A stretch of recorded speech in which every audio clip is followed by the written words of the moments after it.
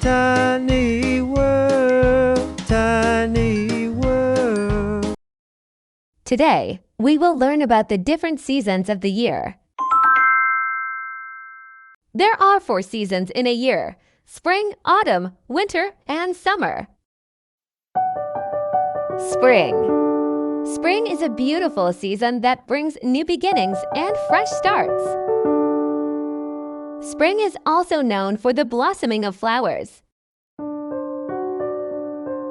Spring. Autumn. Autumn, also known as fall, is a season of change and transition.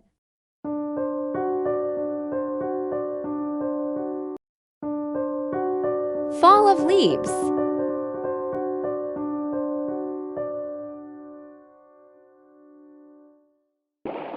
Winter.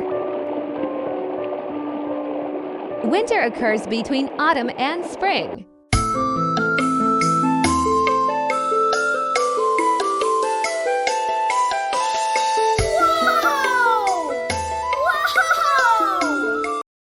Summer.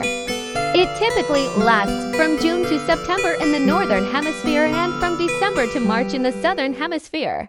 This is the season for vacations.